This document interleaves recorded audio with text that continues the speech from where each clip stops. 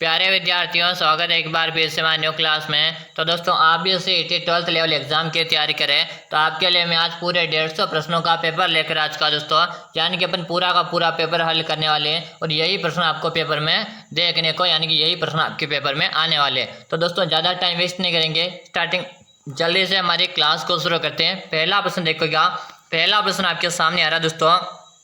पहला जो प्रश्न है ना दोस्तों, पहला प्रश्न आ चुका है, राजस्थान के एकीकरण के चरणों में सबसे बड़ा चरण किसे माना जाता है? बताएगा, राजस्थान के एकीकरण के चरणों में सबसे बड़ा चरण किसे माना जा सकता है? प्रथम चरण को, तृतीय चरण को, चतुर्थ चरण को या दोस्तों षष्ठम चरण को? बताएगा, राजस्थान के एकीकरण में चरणों में सबसे बड़ा चरण किसे माना जाता है दोस्तों? तो राजस्थान का एकीकरण में सबसे बड़ा जो चरण है गुरुजी, चतुर्थ चरण को कहते हैं। किसे कहते हैं? सबसे बड़ा चरण हमारा कौन सा है? चतुर्थ चरण है। ऑप्शन नंबर हमारा सी रहेगा। क्या रहेगा? सी ऑप्शन आपका सही। अगर आप भी सी कमेंट करें ना, सही है। अगला ऑप्शन देखो, अगला ऑप्शन आपके सामने रहेगा, बयाना का युद्ध किस किस के मध्य हुआ था? बयाना का युद्ध किस किस के मध्य हुआ? हेमू व अकबर के मध्य, बाबर व हेमू के मध्य, राणा सांगा व बाबर के मध्य, बाबर व महाराणा खुंबा के बीच में? बताएगा, बयाना का युद्ध किस किस के मध्य हुआ था? सभी को आंसर देना कि गुरु जी बयाना का जो युद्ध है ये हुआ कब था? तो 1527 में युद्ध हुआ था। कब हुआ था? 1527 में युद्ध हुआ था। और किस किस के मध्य हुआ था ये आपको कमेंट बताना कि गुरु जी बयाना का युद्ध राणा सांगा व बाबर के मध्य हुआ था। और कब हुआ था? 1527 में हुआ था। कब हुआ था? 1527 में हुआ था। आज की क्लास आपको पूरी देखनी है, एक भी प्रश्न आपको छोड़ना नहीं। चलो अगला ऑप्शन देखेंगे। अगला ऑप्शन आपके सामने, राज्य का कौन सा स्थान है सर्वप्रथम ब्रिटिश से नियंत्रण में आया था दोस्तों? राज्य का कौन सा स्थान है सर्वप्रथम ब्रिटिश से नियंत्रण में आया था दोस्तों? बताएगा, अजमेर है, बांसवाड़ा, प्रतापगढ़ है या दोस्तों डूंगरपुर है? क्वेश्चन को स्टार लगा लो दोस्तों, जल्दी जल्दी आंसर दीजिएगा।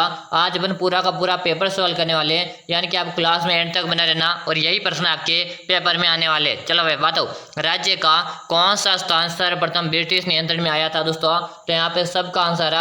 आंसर में सभी का देख रहा गुरु जी, अजमेर को लॉक कर दिया जाए। और इसी अजमेर को राजस्थान का हृदय कहते हैं। क्या कहते हैं? राजस्थान के हृदय के नाम से भी जाना जाता है। गुरु जी क्लास का टाइम बता दो। तो प्रतिदिन आपको सुबह हमारी क्लास मिलती है। कब मिलती है? प्रतिदिन आपको 6:30 में आप क्लास मिलती है। कब मिलती है? 6:30 में। और यहीं पे आपको प्रतिदिन है शाम को क्लास मिलती है। प्रतिदिन शाम को 4 बजे क्लास मिलती है। दोनों हमारी क्लास का टाइम है, आपको नियमित रूप से क्लासे ज्वाइन करने। चलो अगला ऑप्शन आपके सामने रहेगा दोस्तों, तात्या टोपे को फांसी कहाँ दी गई थी? तात्या टोपे को फांसी कहाँ दी गई थी दोस्तों? सलम्बर में, सिप्रा में, अजमेर में या दोस्तों ब्यावर में? ये भी वेरी इंपॉर्टेंट क्वेश्चन है, आंसर सभी साथियों को देना है। आंसर देने में ना कोई विद्यार्थी पीछे नहीं रहेगा। तात्या टोपे को फांसी कहाँ दी गई थी? हाँ, सभी साथियों का आंसर है। आंसर मैं सभी का देख रहा हूँ, कमेंट करे भाई जल्दी जल्दी से। बिल्कुल सही, आप सभी का कमेंट आ रहा जी, सिप्रा को लॉक कर दिया जाए। किसे लॉक कर दिया जाए? सिप्रा को लॉक कर दिया जाए। ऑप्शन नंबर आपका बी रहेगा। क्या रहेगा? ऑप्शन नंबर आप सभी का बी से। अगर आप भी कमेंट करेगा ना सही, एक बार जल्दी से क्लास को लाइक कर दीजिएगा। और आप चैनल को सब्सक्राइब नहीं करेगा तो चैनल को जल्दी से सब्सक्राइब कर लीजिएगा, ताकि हमारी जितनी भी क्लास आएगी सबका नोटिफिकेशन आपको मिल जाएगा। अगला ऑप्शन है, मारवाड़ राज्य का प्रथम राजनीतिक संगठन कौन सा था? मारवाड़ राज्य का प्रथम राजनीतिक संगठन कौन सा था? मारवाड़ सेवा संघ है, मारवाड़ यूथ लीग है, नागरिक पहचानी सभा क्या दोस्तों चरखा संघ? दोस्तों आंसर देगा, मारवाड़ राज्य का प्रथम है राजनीतिक संगठन कौन सा था? हाँ, सभी कमेंट करो। बिल्कुल सही, शानदार, सबका आंसर है। आंसर मैं सभी का देख पा रहा हूँ। और यहाँ पे आंसर मारवाड़ सेवा संघ। ऑप्शन नंबर गुरु जी ए को लॉक करेंगे। किसे लॉक करेंगे? ऑप्शन नंबर आपको ए को लॉक करेंगे। दोस्तों ये मैं गारंटी के साथ बोला हूँ, यही प्रश्न आपको एग्जाम में देखने को मिलने वाले। तो आज की क्लास को पूरी वॉच करना, एक भी प्रश्न आपको नहीं छोड़ना है। पूरा का पूरा अपन पेपर देख रहे हैं भाई, क्या है? पूरा का पूरा आपका पेपर देखने वाले यहाँ पे, तो आप क्लास में एंड तक बना रहना। चलो अगला ऑप्शन आपके सामने रहेगा। प्रश्न है दोस्तों, स्वामी केशवानंद का मूल नाम क्या था? स्वामी केशवानंद का मूल नाम क्या दोस्तों? मंगल है, बीरमा, देवनाथ है क्या दोस्तों महेश दास? दोस्तों स्वामी केशवानंद का मूल नाम बता रहे हैं। हाँ, सभी को कमेंट करना है। कमेंट करने में कोई विद्यार्थी पीछे नहीं रहेगा। बिल्कुल शानदार, सभी साथियों का आंसर है। आंसर मैं सभी का देख रहा भाई। गुरु जी बीरमा को लॉक कर दो। किसे लॉक कर दो? बीरमा को लॉक कर दो। अगर आप भी बीरमा कमेंट करे ना, बीरमा कमेंट करे हो तो आपका भी सही आंसर रहा ऑप्शन नंबर बी। क्या रहेगा? ऑप्शन नंबर बी आपका सी, अगर आप भी कमेंट करे हो तो। चलो अगला ऑप्शन रहेगा आपके सामने दोस्तों, फड़ कला का प्रमुख केंद्र कहाँ स्थित है? फड़कला का प्रमुख केंद्र कहाँ स्थित है? आमेर में, शाहपुरा में, सांगानेर में या दोस्तों डूबी में? सबसे पहले मैं बता दूं फड़कला होती क्या है कि गुरुजी कपड़े पर जो चित्र बनाया जाता है, क्या दोस्तों, कपड़े पर जो चित्र बनाया जाता उसे क्या कहा जाता? फड़कला कहा जाता गुरुजी। और ये किसी देवी देवता की होती है, क्या होती है? किसी भी देवी या देवता की ये फड़कला होती है ना, बिल्कुल से इतना याद करना। अब बात करेंगे फड़कला कहाँ की प्रसिद्ध है? ये गुरुजी शाहपुरा की प्रसिद्ध है और शाहपुरा हमारा नया जिला क्या है? शाहपुरा हमारा एक नया जिला बन चुका भाई, बिल्कुल सही। चलो अगला ऑप्शन आपके सामने देखा, प्रश्न को ध्यान से देखना। कामाख्या का संबंध है निम्न में से किस जाति से? दोस्तों कामाख्या का संबंध है निम्न में से किस जाति से है? कालबेलिया, कामड़ है, कंजर है, क्या दोस्तों मंगलयार? क्वेश्चन को स्टार लगा लो और जल्दी जल्दी आंसर दे दो। कामाख्या का संबंध निम्न में से किस जाति से भाई? हाँ, सभी साथियों को कमेंट करना है, कमेंट करने में ना कोई डर पीछे नहीं रहेगा, बिल्कुल शानदार। सभी साथियों आंसर देख रहा हूँ, बिल्कुल सही कमेंट करें सभी कि मुझे मंगलयार को लॉक कर दिया जाए। ऑप्शन नंबर आप सभी का क्या रहेगा? ऑप्शन नंबर आप डी कमेंट करें ना, डी कमेंट करने वाले का से दोस्तों क्लास में लाइक की संख्या काफी कम भाई, क्लास में लाइक की संख्या काफी, जितने लाइक उतने लाइक होने चाहिए, जल्दी से लाइक कर दो भाई, बिल्कुल से। चलो अगला ऑप्शन आपके सामने है, रोहिड़ा नृत्य किस क्षेत्र में प्रचलित है? दोस्तों रोहिड़ा नृत्य किस क्षेत्र में प्रचलित है? दोस्तों चित्तौड़गढ़ है, सिरोही, उदयपुर है, क्या दोस्तों पाली? रोहिड़ा नृत्य किस क्षेत्र में प्रचलित है? वेरी वेरी इंपॉर्टेंट क्वेश्चन है और प्रत्येक विद्यार्थी का यहाँ पे आंसर होना चाहिए। हाँ, रोहिड़ा नृत्य पूछा आपको गुरुजी, रोहिड़ा नृत्य जो है ये अपने चित्तौड़गढ़ के क्षेत्र में प्रचलित है। ऑप्शन नंबर हमारा ए से रहेगा, क्या रहेगा? ऑप्शन नंबर हमारा ए से रहेगा। इस चित्तौड़गढ़ जिले को क्या कहते हैं? इस चित्तौड़गढ़ जिले को शक्ति और भक्ति की नगरी कहते हैं, क्या कहते हैं? शक्ति और भक्ति की नगरी के नाम से चित्तौड़गढ़ को जाना जाता है भाई। हाँ बिल्कुल, ऐतिहासिक जोहर भी गुरुजी चित्तौड़गढ़ के दुर्ग में ही हुआ था। चलो अगला ऑप्शन आपके सामने रहेगा दोस्तों, वाद्य यंत्र है टामक का संबंध किस क्षेत्र से? दोस्तों वाद्य यंत्र टामक का संबंध किस क्षेत्र से है? मेवात है, मारवाड़ है, हाड़ौती, क्या दोस्तों मेवाड़ है? आंसर देगा वाद्य यंत्र टामक का संबंध किस क्षेत्र है? वेरी वेरी इंपॉर्टेंट क्वेश्चन है भाई। हाँ चलो जल्दी से आंसर दो, आंसर देने में ना कोई विद्यार्थी पीछे नहीं देगा, बिल्कुल शानदार। सभी साथियों का आंसर है और कमेंट तो देखो भाई, मैं सभी साथियों को देख रहा हूँ, कमेंट आपको करते रहना भाई, बिल्कुल सही शानदार। सभी साथी कमेंट करें। गुरुजी मेवात क्षेत्र का कहाँ का प्रसिद्ध है? टामक है, टामक मेवात क्षेत्र का प्रसिद्ध है। अगर आप मेवात कमेंट करें ना, मेवात कमेंट करें आप सभी का सही है। ऑप्शन नंबर आपका ए से रहेगा, क्या रहेगा? ऑप्शन नंबर आप सभी का ए से रहेगा।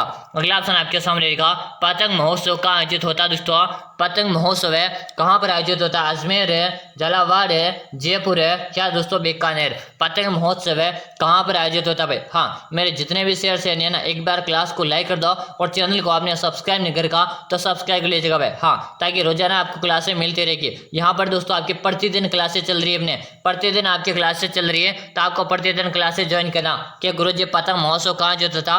पतंग महोत्सव अपने जयपुर में आयोजित होता। कहाँ पर आयोजित होता? पतंग महोत्सव हमारे जयपुर में आयोजित होता। यह भी आपसे हाथी महोत्सव पूछा जाए, हाथी महोत्सव भी अपने जयपुर में होता है दोस्तों। काफी सारे महोत्सव है, इनको आप अच्छी तरह से याद कर लेना।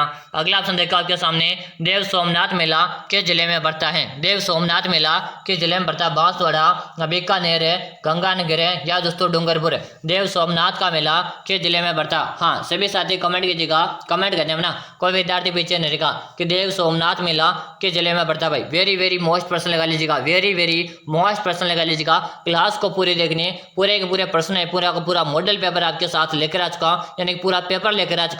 आज की क्लास आपको एंड तक देखनी। चलो देव सोमनाथ का मेला किस जिले में पड़ता? जहाँ पे कमेंट आ रहा सभी का, गुरुजी डूंगरपुर में पड़ता। कहाँ पे पड़ता है? डूंगरपुर में पड़ता है। और डूंगरपुर को हमें पहाड़ों की नगरी कहते हैं, क्या कहते हैं गुरुजी? पहाड़ों की नगरी के नाम से डूंगरपुर को जाना जाता है। इतना आपसे को दोस्तों याद कर लेना। चलो अगला ऑप्शन आपके सामने, राजस्थान के किस जिले में कजले तेज की भव्य सवारी निकाली जाती है?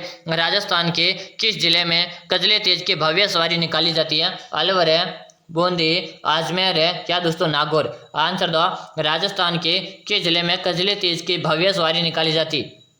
हाँ सभी का देखो आंसर आना चाहिए, आंसर दो है फटाफट सभी साथी आंसर देगा, बिल्कुल सही शानदार। सभी साथियों का आंसर है, आंसर मैं सभी का देख पा रहा हूँ, बिल्कुल सही कमेंट करें गुरुजी। बूंदे के प्रसिद्ध है कजली तेज, कहाँ के प्रसिद्ध है? बूंदे के प्रसिद्ध है। और बूंदे को राजस्थान की छोटी घासी कहते हैं, क्या कहते हैं? बूंदे को राजस्थान की छोटी घासी कहते हैं। इसी बूंदे को बावड़ियों का शहर कहते हैं, क्या कहते हैं? इसी बूंदे को बावड़ियों का शहर के नाम से जानते हैं। याद करिएगा दोस्तों, बूंदी में प्रसिद्ध है 84 खंभों की छतरी। कौन सी छतरी है? बूंदी में प्रसिद्ध है 84 खंभों की छतरी है, जो काफी ज्यादा प्रसिद्ध है भाई। चलो चलो हर एग्जाम में कहीं ना कहीं यह प्रश्न रिपीट होता रहता, तो आप इसे अच्छी तरह से याद कर लेंगे। चलो अगला ऑप्शन आपके सामने रहेगा। प्रश्न है दोस्तों, दादू के शिष्यों में सबसे ऊंचा स्थान किसका माना जाता? दादू के शिष्यों में सबसे ऊंचा स्थान किसका माना जाता? संत दास जी का, धन्ना जी का, संत सुंदरदास जी का, या संत रजब जी का? हाँ, सभी आंसर देगा। वेरी वेरी इंपॉर्टेंट क्वेश्चन लगाओगे आप सभी साथी, वेरी वेरी इंपॉर्टेंट क्वेश्चन है, फटाफट आंसर दो। हाँ, सभी साथी कमेंट कीजिएगा, बिल्कुल सही कमेंट करें सभी साथी कि दादू के शिष्यों में सबसे ऊंचा जो स्थान है गुरुजी, ये संत रजब जी का। किसका है? संत रजब जी का है। ऑप्शन नंबर आपका डी से रहेगा। क्या रहेगा? ऑप्शन नंबर आप सभी का डी इज हमारा राइट आंसर गुरुजी। अगला ऑप्शन देखो, मीराबाई का जन्म किस वंश में हुआ था? मीराबाई का जन्म किस वंश में हुआ था? पंवार में, राठौड़ में, चौहान में, या दोस्तों सिसोदिया में? कि गुरुजी मीराबाई का जो जन्म हुआ था 1498 में हुआ था। कब हुआ? 1498 में इसका जन्म हुआ था। कहाँ पे हुआ गुरुजी? मेड़ता के का दोस्तों, मेड़ता के कुड़की गांव में हुआ दोस्तों। कहाँ पर हुआ? मेड़ता के कुड़की गांव में क्या हुआ था? मीरा का जन्म हुआ था दोस्तों। और मीरा के पिता का नाम आपको पूछा जाए तो मीरा के पिता का नाम था गुरुजी रतन सिंह। क्या था? रतन सिंह मीरा के पिता का नाम था। यहीं पे बात की जाए मीरा के पति का क्या नाम था गुरुजी? तो मीरा के पति का नाम था भोजराज। क्या था? मीरा के पति का नाम था भोजराज। यहीं पर एक प्रश्न आपसे और पूछा जाता, मीरा के दादा का नाम क्या था? मीरा के दादाजी जो थे उसका क्या नाम था? तो उसका नाम था दूधा। क्या था? उसका नाम था दूधा। तो क्या नाम था? दूधा उसका नाम था भाई, बिल्कुल सही। चलो इतना आप सभी को याद करना। यहीं पे एक प्रश्न और बनता कि मीरा मंदिर, क्या दोस्तों मीरा का मंदिर या मीरा छतरी, दोनों आपसे पूछा जाता। और दोनों के दोनों कहाँ पर है? ये अपने चित्तौड़गढ़ में। कहाँ पर है? चित्तौड़गढ़ में है दोस्तों। और अपने मेड़ता में भी है। चित्तौड़ और मेड़ता दोनों जगह पे है। तो मीरा का जन्म है किस वंश में हुआ था गुरुजी? राठौड़ में हुआ था। कहाँ पर हुआ था? राठौड़ वंश में हुआ था। ऑप्शन नंबर आप सभी का बी रहेगा। क्या रहेगा? ऑप्शन नंबर, अगर आप बी कमेंट करे हो तो आप सभी का बी सही है। चलो अगला ऑप्शन आपके सामने, स्वामी दयानंद सरस्वती ने उदयपुर में किस संस्था की स्थापना की दोस्तों? स्वामी दयानंद सरस्वती ने उदयपुर में किस संस्था की स्थापना की? आर्य समाज इजलास सभा, या दोस्तों परोपकारिणी सभा, या दोस्तों महेंद्र राज्य सभा? दोस्तों स्वामी दयानंद सरस्वती ने उदयपुर में किस संस्था की स्थापना की? हाँ, सभी को कमेंट करना है, कमेंट करने में कोई डर पीछे नहीं रहेगा। बिल्कुल शानदार, सभी का यहाँ पे आंसर है कि गुरुजी परोपकारिणी सभा। क्या रहेगा? परोपकारिणी सभा रहेगा। ऑप्शन नंबर आपका सी रहेगा। अगर आप सही कमेंट करें तो आप सभी का सी सही है। अगला ऑप्शन है, राज्य में सर्वाधिक मीणा किस क्षेत्र में दोस्तों? राज्य में सर्वाधिक मीणा किस क्षेत्र में दोस्तों? पूर्वी राजस्थान है, दक्षिण पश्चिमी राजस्थान है, दक्षिणी राजस्थान है, या उत्तरी राजस्थान? इस क्वेश्चन को आप वेरी वेरी इंपॉर्टेंट और स्टार लगा लो दोस्तों। ये क्वेश्चन आपके एग्जाम में पूछने जाने वाला क्वेश्चन है दोस्तों। जल्दी जल्दी से आंसर दो। राज्य में सर्वाधिक मीणा किस क्षेत्र में है दोस्तों? तो दोस्तों याद करिएगा कि पूर्वी राजस्थान में कहाँ पर है? पूर्वी राजस्थान है। जैसे बात करेंगे जयपुर है, जैसे और बात करेंगे दौसा है। क्या दोस्तों? दौसा है। सवाई माधोपुर है। कौन सा दोस्तों? सवाई माधोपुर है। ये ना अधिकतर जिलों में क्या है? मीणा जनजाति निवास करती है। चलो अगला ऑप्शन देखो। अगला ऑप्शन आपके सामने रहेगा, माणिक्यलाल वर्मा आदिम जाति शोध संस्थान कहाँ स्थित है? माणिक्यलाल वर्मा आदिम जाति शोध संस्थान कहाँ पे स्थित है? उदयपुर है, डूंगरपुर है, जयपुर है, क्या दोस्तों बांसवाड़ा? माणिक्यलाल वर्मा आदिम जाति शोध संस्थान कहाँ पे स्थित है?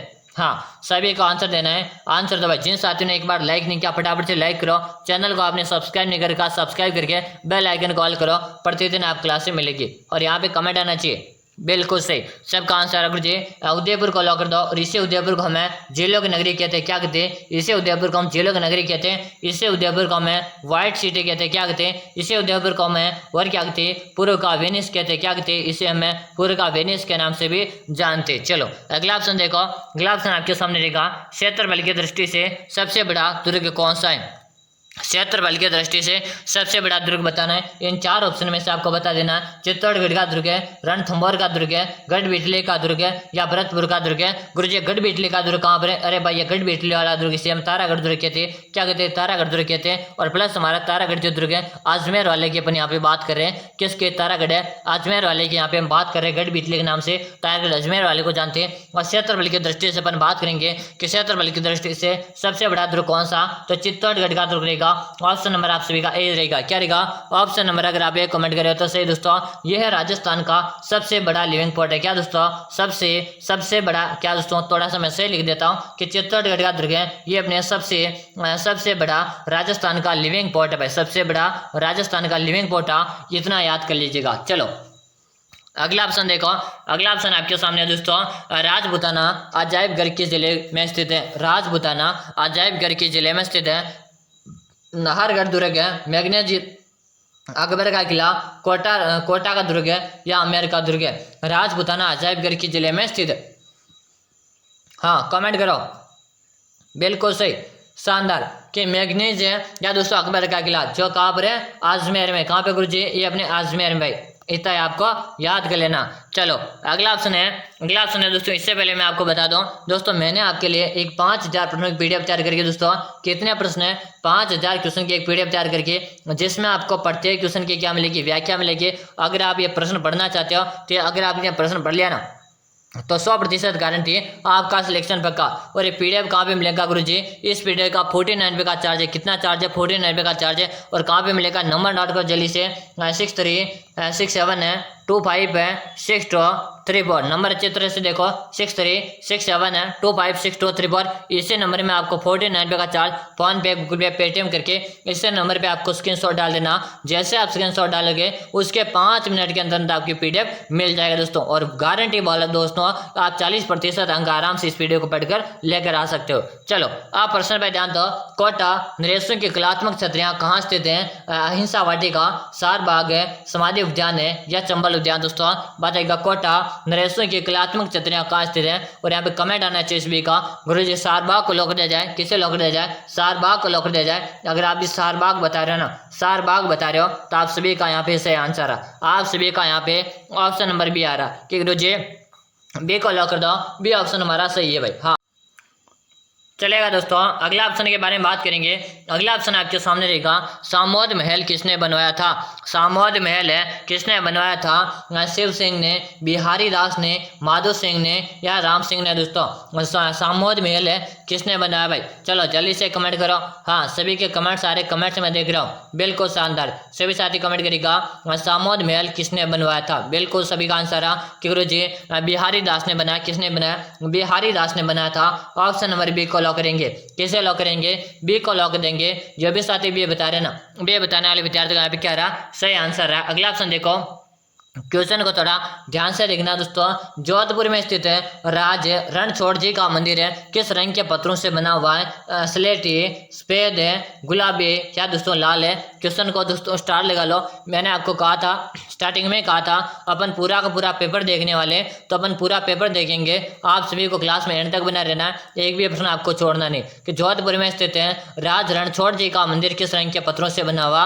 तो यहाँ पे कमेंट भी आ रहे हैं सभी साथी के, बिल्कुल मैं देख रहा हूँ। लाल पत्थरों से बना हुआ है। किससे बना हुआ? लाल पत्थरों से बना हुआ है। ऑप्शन नंबर डी से रहेगा। क्या रहेगा? ऑप्शन नंबर, अगर आप डी कमेंट करें ना, डी कमेंट करें आप सभी का डी सही है। चलो अगला ऑप्शन आपके सामने, राजस्थान के राज्यपाल जिन्हें बर्खास्त किया गया था दोस्तों, राजस्थान के वह राज्यपाल का नाम बताएगा जिसे बर्खास्त किया गया था, यानी कि उससे क्या गया था? निकाला गया था, यानी कि राज्यपाल के पद से, राज्यपाल के पद से क्या गया था? निकाल दिया गया था। तो वह कौन से राज्यपाल थे? उनका नाम बताओ भाई जल्दी से। हाँ सुखदेव प्रसाद है, कल्याण सिंह है, रघुकुल तिलक है या गुरुमुख निहाल सिंह? बताओ। राजस्थान के राज्यपाल जी ने बर्खास्त किया गया था, तो यहाँ पे कमेंट आ रहा है सभी का, बिल्कुल सही कि गुरुजी रघुकुल तिलक को निकाला गया था। किसे निकाला गया था? रघुकुल तिलक को निकाला गया था। ऑप्शन नंबर सी से रहेगा। अगर आप सी कमेंट करें तो आपका सी से आ रहा। अगला ऑप्शन देखो, राज्य में अब तक कितनी बार राष्ट्रपति शासन लागू हुआ था? राज्य में अब तक कितनी बार राष्ट्रपति शासन लागू हुआ था? 4 बार है, 3 बार है, 6 बार है या दोस्तों एक भी बार नहीं? दोस्तों बताएगा राज्य में अब तक कितनी बार राष्ट्रपति शासन लागू हुआ? यह प्रश्न दोस्तों वेरी वेरी इंपॉर्टेंट प्रश्न है। मैंने मोस्ट तो लगा दिया, साथ में इसे स्टार भी लगूंगा। एग्जामिनर का फेवरेट क्वेश्चन है, हर एग्जाम में कहीं ना कहीं ये प्रश्न रिपीट होता है, तो आप इस प्रश्न को अच्छी तरह से याद करोगे। राजस्थान में राष्ट्रपति शासन है 4 बार लगाया गया था। कितने बार लगाया गया था? 4 बार है राजस्थान में राष्ट्रपति शासन लगाया गया था। ऑप्शन नंबर ए से रहेगा। क्या रहेगा? ऑप्शन नंबर आप सभी का ए से रहेगा। अगला ऑप्शन आपके सामने रहेगा, राजस्थान सरकार की नवीनतम जनसंख्या नीति की घोषणा की गई थी। राजस्थान है सरकार की नवीनतम जनसंख्या नीति की घोषणा की गई थी 20 मार्च 2020 को, 20 जनवरी 2020 को। 20 मार्च 2021 को 20 जनवरी 2021 को बताएगा भाई। क्वेश्चन मोस्ट है दोस्तों। आंसर दो सभी साथी, आंसर देने को इधर पीछे नहीं दिखा कि राजस्थान सरकार ने नवीनतम जनसंख्या नीति की घोषणा कब की। हाँ सभी कमेंट करेगा 20 जनवरी 2020। क्या रहेगा 20 जनवरी 2020 है ऑप्शन नंबर गुरु जी बी को लॉक कर दिया जाए। अगर आप बी कमेंट करे हो ना, सही कमेंट करे हो आप, बी से आ रहा है आपका। अगला ऑप्शन है मरो विकास कार्यक्रम की शुरुआत हुई थी। मरो विकास कार्यक्रम की शुरुआत हुई थी 1974-75 में, 1977-78 में, 1995-96 में, 1964 और 65 में मरो विकास कार्यक्रम की शुरुआत हुई थी। हाँ चलो भाई चले चलिए सभी आंसर देंगे। आंसर देने में ना कोई दाढ़ पीछे नहीं रहेगा। और एक बात जिन साथियों ने क्लास को लाइक नहीं किया, क्लास को लाइक कर दीजिएगा और चैनल को आपने सब्सक्राइब नहीं करेगा, सब्सक्राइब करके बेल आइकन को ऑल कर दीजिएगा, घंटे के बटन को प्रेस कर दीजिएगा ताकि हमारी आगामी जितनी भी क्लासें आएगी सभी का आपको नोटिफिकेशन मिलता रहेगा। मरो विकास कार्यक्रम की शुरुआत गुरु जी कब हुई थी? यहाँ पे आंसर है 1977 और 78 में। कब हुई थी? 1977-78 में। ऑप्शन नंबर बी को लॉक करेंगे। अगर आप बी बता रहे हो तो आपका भी सही आंसर रहा है। अगला ऑप्शन के बारे में बात करेंगे, निम्न में से कौन सा राजस्थान का जल दुर्ग है? ये चार ऑप्शन दिए हुए, इन्हीं में से आपको बताना निम्न में से राजस्थान का कौन सा जल दुर्ग है। दोस्तों अपन चार ऑप्शन की बात नहीं करेंगे, हमारे जितने भी राजस्थान जल दुर्ग है उसके बारे में बात करेंगे। तो राजस्थान में जल दुर्ग कितने गुरु जी? राजस्थान में जल दुर्ग की संख्या 3। कितने हैं गुरु जी? 3 जल दुर्ग हमारे राजस्थान में। कौन कौन से याद करेंगे? हमारा एक तो रहेगा हमारा शेरगढ़ का दुर्ग है। कौन सा रहेगा? शेरगढ़ का दुर्ग जो कहाँ पर गुरु जी? 12 जिले में। कहाँ पर है? 12 जिले में परबा नदी के किनारे। और एक हमारा कौन सा रहेगा? भैंसवाड़गढ़ का दुर्ग। कौन सा दोस्तों? भैंसवाड़गढ़ का दुर्ग है जो दोस्तों कहाँ पर है? बामनी नदी किनारे हैं जो अपने कहाँ पर गुरु जी? चित्तौड़ में। कहाँ पर है? चित्तौड़ जिले में है। अब बात करेंगे घाघरोन का दुर्ग है। कौन सा? घाघरोन का दुर्ग है जो हमारे कहाँ पे गुरु जी? झालावाड़ में। कहाँ पर है? ये अपने झालावाड़ में है गुरु जी। और झालावाड़ में भी कहाँ पे? आहू है कालीसिंध नदियों के संगम पर। किस में? आहू है कालीसिंध नदियों के संगम पर है। कि राजस्थान में 3 जल दुर्ग है जिसमें से आपको ऑप्शन कौन सा दे रखा? ऑप्शन में घाघरोन का दुर्ग दे रखा, मतलब आपका रहेगा ऑप्शन नंबर सी। और ये घाघरोन का दुर्ग क्या आता है? जल दुर्ग की श्रेणी में आता है। क्या आता है? जल दुर्ग की श्रेणी में आता है। इतना आप सभी को याद कर लेना। चलो अगला ऑप्शन रहेगा आपके सामने। अगला ऑप्शन है सिवाना किले का निर्माण करवाया गया था। सिवाना किले का निर्माण करवाया गया था राजा भोज ने, वीर नारायण ने, अक्षयराज ने या दोस्तों सातल देव ने। बात करेंगे सिवाना का दुर्ग है। सिवाना का दुर्ग जी वर्तमान में बात करेंगे तो हमारे बालोतरा जिले में। कहाँ पर है? बालोतरा जिले में। अब बात करेंगे इसका निर्माण किसने करवाया? तो इसका निर्माण जो करवाया था गुरु जी वीर नारायण पवार ने इसका निर्माण करवाया था। ऑप्शन नंबर बी को लॉक करेंगे। हाँ जिन साथियों ने बी बताया, बी बताने वाले विद्यार्थियों का भी क्या रहा? राइट आंसर आ रहा। अगर आप भी कमेंट करें तो सही है। अगला ऑप्शन है राजस्थान की कौन सी चित्रकला शैली और राजस्थान की कौन सी चित्रकला शैली चौर पंचाश का शैली से भी मिलती जुलती है? दोस्तों किशनगढ़ की शैली, मेवाड़ शैली, बीकानेर शैली या भरतपुर की शैली? राजस्थान की कौन सी चित्रकला शैली चौर पंचशिका शैली से मिलती जुलती है? हाँ कमेंट करो। सबका आंसर आ यहाँ पे आंसर गुरु जी मेवाड़ शैली को लॉक कर दो। और राजस्थान की सबसे प्राचीन शैली कौन सी है? तो राजस्थान की सबसे प्राचीन शैली भी मेवाड़ शैली है। ऑप्शन नंबर आपका क्या रहेगा? बी रहेगा। क्या रहेगा? ऑप्शन नंबर आप सभी का बी यहाँ पे से आंसर रहा। अगला ऑप्शन आपके सामने, पिछवाई पेंटिंग कौन सी शैली से संबंधित है? पिछवाई पेंटिंग है कौन सी शैली से संबंधित है भाई? चलो जल्दी से आंसर दे दो। किशनगढ़ शैली, मारवाड़ शैली, शेखावाटी शैली या नाथद्वारा शैली? पिछवाई पेंटिंग से कौन सी शैली से संबंधित है? चलो जल्दी जल्दी से आंसर देंगे। आंसर देने में ना कोई विद्यार्थी पीछे नहीं देगा। फटाफट आंसर आना चाहिए, सबका आंसर आना चाहिए। पिछवाई पेंटिंग कौन सी शैली से संबंधित है गुरुजी? और यहाँ पे आंसर है नाथ द्वारा से। किससे? नाथ द्वारा। और इसी नाथ द्वारा की बाल नाथ द्वारा राजसमंद में घेवर माता का मंदिर है। किसका मंदिर है? घेवर माता का मंदिर है जो बिना पति के क्या हो गई थी? सती हो गई थी। बिना पति के सती होने वाली लोक देवी कौन सी गुरुजी? घेवर माता। अगला ऑप्शन है निम्न में से कौन सी मर्त नदी के रूप में जानी जाती है? निम्न में से कौन सी मर्त नदी के रूप में जानी जाती है? बनास नदी, गगर नदी, लूणी नदी या दोस्तों माही नदी? कि गुरुजी ये माही नदी को तो आदिवासियों की गंगा कहते हैं। क्या कहते हैं? आदिवासियों की गंगा कहा जाता है। किसे गुरुजी? आदिवासियों की गंगा माही नदी को कहते हैं। और ये माही नदी कर्क रेखा को कितने बार पार करती है? कर्क रेखा को 2 बार पार करती है। कितने बार करती है? कर्क रेखा को 2 बार पार करती है। यहाँ पे बात करेंगे राजस्थान की मट नदी, राजस्थान की मट नदी घग्गर नदी कहते हैं। इसे घग्गर नदी को अपन सरस्वती नदी के नाम से भी जानते हैं। किसके नाम से? सरस्वती नदी के नाम से जानते हैं। इसे घग्गर नदी को पाकिस्तान में हकरा कहा जाता है। क्या कहा जाता? पाकिस्तान में हकरा कहा जाता। और इसे घग्गर नदी के किनारे काली बंगा की सभ्यता, कौन सी सभ्यता? काली बंगा की सभ्यता। और काली बंगा की सभ्यता कहाँ पर है? हनुमानगढ़ में। गुरुजी कहाँ पर है? हनुमानगढ़ में दोस्तों। और काली बंगा सभ्यता की खोज किसने की थी? तो इसकी खोज की थी दोस्तों अमलानंद घोष ने। चलो अगला ऑप्शन देखेंगे। अगला ऑप्शन आपके सामने आज का, राजस्थान का कौन सा शहर है स्वेत शहर के नाम से जाना जाता है? राजस्थान का कौन सा शहर स्वेत शहर के नाम से जाना जाता है? कमेंट कीजिएगा। ब्यावर है, राजसमंद है, मकराना या दोस्तों उदयपुर है। राजस्थान का कौन सा शहर स्वेत शहर के नाम से जाना जाता है? कमेंट कीजिएगा। वेरी वेरी इंपॉर्टेंट प्रश्न आप इसे लगाओगे। चलो भाई जल्दी जल्दी आंसर दे दो। राजस्थान का कौन सा शहर है स्वेत शहर के नाम से जानते गुरुजी? ये अपने उदयपुर को। किसे? उदयपुर को। इससे उदयपुर को अपने झीलों की नगरी कहते हैं। क्या कहते हैं? झीलों की नगरी कहते हैं। इसे अपन व्हाइट सिटी कहते हैं। क्या कहते हैं? व्हाइट सिटी कहते हैं। इसे अपन श्वेत शहर के नाम से भी जानते। इतना आप सीखो दोस्तों, याद कर लेना। अगला ऑप्शन देखो। अगला ऑप्शन आपके सामने रहेगा। प्रश्न आज का अगला, राजस्थान में गार्नेट के भंडार मुख्यतः पाए जाते हैं। राजस्थान में गार्नेट के भंडार है मुख्यतः पाए जाते हैं सवाई माधोपुर में, कालीबंगा में, टोंक में या दोस्तों बेलीबंगा में। राजस्थान में गार्नेट के भंडार गुरुजी टोंक में पाए जाते हैं। कहाँ पर पाए जाते हैं? टोंक में पाए जाते हैं। और इसे टोंक को अपन नवाबों की नगरी कहते हैं। क्या कहते हैं? नवाबों की नगरी के नाम से टोंक को जाना जाता। और यहीं पे एक भेड़ प्रजनन केंद्र है। कौन सा दोस्तों? भेड़ है प्रजनन केंद्र है। कहाँ पे गुरुजी? अविका नगर टोंक में। कहाँ पे दोस्तों? अविका नगर है। अविका नगर टोंक में क्या है? भेड़ प्रजनन केंद्र भाई। इतना आप सीखो दोस्तों, याद कर लेना। चलो अगला ऑप्शन है, राजस्थान के किन जिलों में खस घास उत्पादित होती है? राजस्थान के किन जिलों में खस घास उत्पादित होती है? झालावाड़, बारां, चित्तौड़गढ़ और भीलवाड़ा, भरतपुर है, सवाई माधोपुर है या जैसलमेर और बाड़मेर। राजस्थान के किन जिलों में खस घास उत्पादित होती है? चलो जल्दी से आंसर दे दो। बिल्कुल सही कमेंट करो कि गुरुजी भरतपुर और सवाई माधोपुर में। कहाँ पर है? भरतपुर और सवाई माधोपुर है। ऑप्शन नंबर आपका सी रहेगा। क्या रहेगा?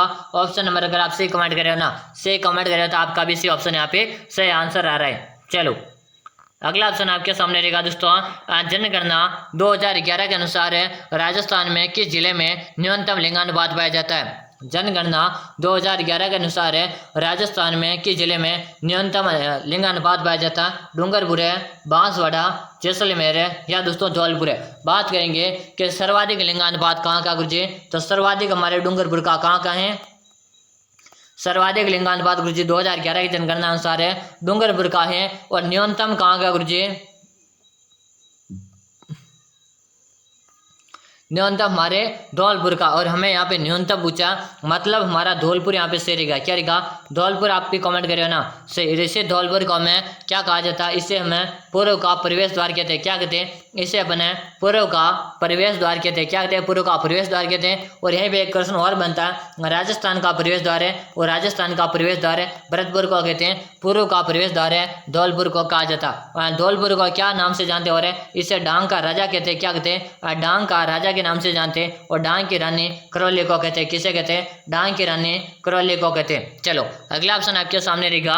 प्रश्न है दोस्तों, राजस्थान के गोलियां व हनौतियों के स्रोत है। दोस्तों राजस्थान के गोलियों व हनौतियों के स्रोत हैं टंगस्टन के, तांबा के, मार्बल के या दोस्तों मैगजीन के।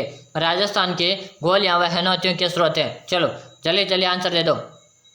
बिल्कुल सही क्वेश्चन है, सभी का आंसर आना चाहिए। यहाँ पे आंसर है जी तांबा। तांबा बिल्कुल सही। और तांबा सर्वाधिक कहाँ निकाला जाता है? खेतड़ी में। कहाँ निकाला जाता है? खेतड़ी। बिल्कुल सही। चलो अगला ऑप्शन आपके सामने रहेगा। प्रश्न है दोस्तों, राजस्थान में प्रथम विद्रोह कब है, वह कहाँ से हुआ, वह कहाँ वह कब से हुआ? दोस्तों बताओ। एनीपुरा 28 जुलाई 1857 है, खेरवाड़ा 28 में 1857 है, ब्यावर 28 जून 1857 है, सेचा से नसीराबाद 28 में 1857 है। तो यहाँ भी आपका राइट आंसर रहेगा डी फॉर डॉग। क्या रहेगा? डी फॉर डॉग आप सभी का सही है। चलो ऑप्शन नंबर आप सभी का डी रहेगा। अगर आप डी कमेंट करें ना, आप सभी का सी। अगला ऑप्शन है, मल्लीनाथ पशु मेला कहाँ आयोजित होता है? मल्लीनाथ पशु मेला कहाँ आयोजित होता है? पुष्कर है, रूपनगढ़ है, तिलवाड़ा या दोस्तों चार भुजा। मल्लीनाथ जी का पशु मेला गुरुजी लूणी नदी के किनारे, किस नदी के किनारे? लूणी नदी के किनारे तिलवाड़ा में लगता है। और तिलवाड़ा हमारे गुरुजी कहाँ पर है? तिलवाड़ा हमारे बालोतरा जिले में आता है। किस में आता है? बालोतरा जिले में आयोजित होता है। इतना आप सबको याद कर लेना।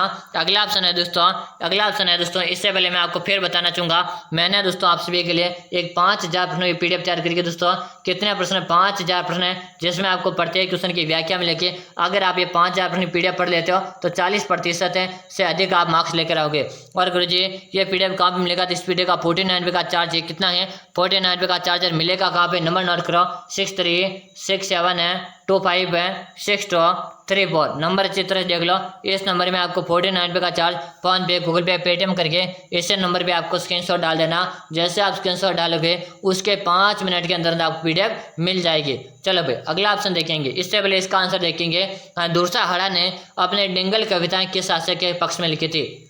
दूसरा हड़ा ने अपने डिंगल कविताएं किस शासक के पक्ष में लिखी थी? महाराणा प्रताप है, पृथ्वीराज चौहान है, हमीर है या राणा सांगा? क्या करो जी? दूसरा हड़ा ने डिंगल कविता महाराणा प्रताप के पक्ष में लिखी। और महाराणा प्रताप को बचपन में कीका कहा जाता था। क्या कहा जाता था? कीका कहा जाता था। ये क्वेश्चन भी काफी बार पूछा जाता है आपसे। चलो इससे पहले दोस्तों अभी तक आपने क्लास को लाइक किया, लाइक करो जल्दी से। चैनल को आपने सब्सक्राइब किया, सब्सक्राइब करो, ताकि हमारे रोजाना जब भी क्लास आएगी ना उसका नोटिफिकेशन मिलेगा। गुरुजी एक बार क्लास का टाइम बता दो। तो प्रतिदिन हमारी क्लास सुबह को कब मिलती है? आप सभी को 6:30 में हमारी क्लास लाइव मिलती है। और यहीं पर हमारी क्लास शाम को भी आती है। और शाम को कब आती है? शाम को प्रतिदिन 4 बजे क्लास आती है। कब आती है? 4 बजे क्लास आती है। यह 2 टाइम को हमारी क्लास आती है, दोनों टाइम आपको नोट कर लेना। चलो अगला ऑप्शन आपके सामने हमारा अंतिम प्रश्न आ चुका। देखिए अंतिम प्रश्न आ चुका।